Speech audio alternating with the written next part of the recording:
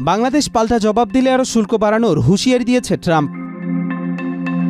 বাংলাদেশের পণ্যের ওপর ৩৫% শুল্ক আরোপের ঘোষণা দিয়েছেন যুক্তরাষ্ট্রের প্রেসিডেন্ট ডোনাল্ড ট্রাম্প। তবে এখানেই থেমে থাকেননি তিনি। বাংলাদেশ যদি পাল্টা জবাব দেয় তবে আরও শুল্ক বাড়ানোর কড়া হুঁশিয়ারি দিয়েছেন তিনি। স্থানীয় সময় ৭ জুলাই ড মোহাম্মদ ইউনুসকে পাঠানো এক চিঠিতে এ তথ্য নিশ্চিত করেন ট্রাম্প। চিঠিতে তিনি উল্লেখ করেন, মার্কিন পণ্যের উপর অতিরিক্ত শুল্ক বাণিজ্যে নানা প্রতিবন্ধকতা তৈরি করেছে বাংলাদেশ। শেকড় থেকে শিখরে